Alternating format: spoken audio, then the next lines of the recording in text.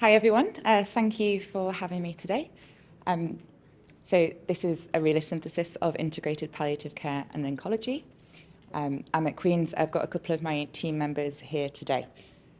So I'll start with a bit of a background. Cancer is one of the leading causes of death globally, and the number of people living with cancer is expected to rise in line with an aging population, but also significant progress with treatments.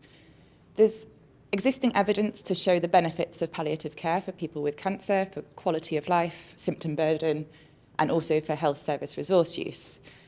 There's enough evidence to say that palliative care works, but not necessarily how to achieve integration of palliative care so that everyone has access to it, and we've heard some mention of that already today.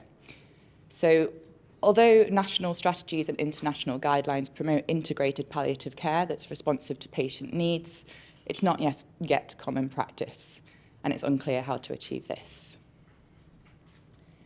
Realist reviews, in contrast to systematic reviews, we're trying to unpick what works or doesn't work, how and why, for whom, and in what circumstances. So not just deciding overall, yes, this works, we think palliative care works, but how do we actually achieve it? So we're working with an international stakeholder group, which also includes 4 patient representatives, and we'll be aiming to develop explanations of how different contexts lead to mechanisms that lead to outcomes. And this will be across different healthcare settings and for different groups of people, so trying to really unpack the complexity of achieving this. And then we'll be using this understanding to develop guidance to optimize this implementation and delivery. So working on user-friendly guides that can hopefully actually influence practice in a meaningful way. Along the bottom here, these are the sort of 5 steps of a realist review. I'm not going to go into this in great detail, but we've carried out a systematic search, and we're in the middle of extracting and organising the data and synthesising our findings. So we've got some preliminary findings for you today. So there's quite a lot of different topics here I'm going to go through quite quickly. The integration of palliative care in oncology is more likely, first of all, when there are positive perceptions of palliative care. So misconceptions that palliative care is just about the very end of life, that introducing it means imminent death, that's a barrier, despite the evolving definitions and applications of palliative care over the previous decades. And when palliative care is introduced very late, that just reinforces this association and the fear around it. So instead, it needs to be positioned as something with value throughout the illness journey, alongside treatment, not in contradiction to it. And these perceptions need to be addressed at the public, but also for professionals who are often shaping what patients and caregivers think. Different professionals working together is necessary for expertise to be shared.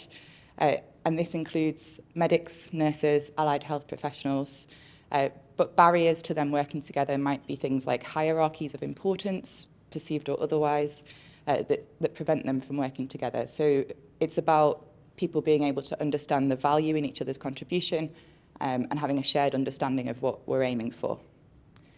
Continuity of care across different settings, and one of the big barriers to this is information sharing. So if we think about within an acute hospital, it might be easier to achieve this.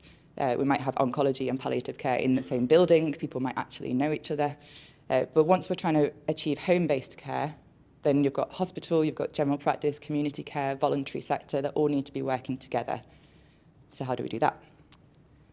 Education for healthcare professionals so that everyone understands the value of palliative care. But also that specialist palliative care professionals might be able to understand oncology better and then be able to work together better. So having enough knowledge about different treatments.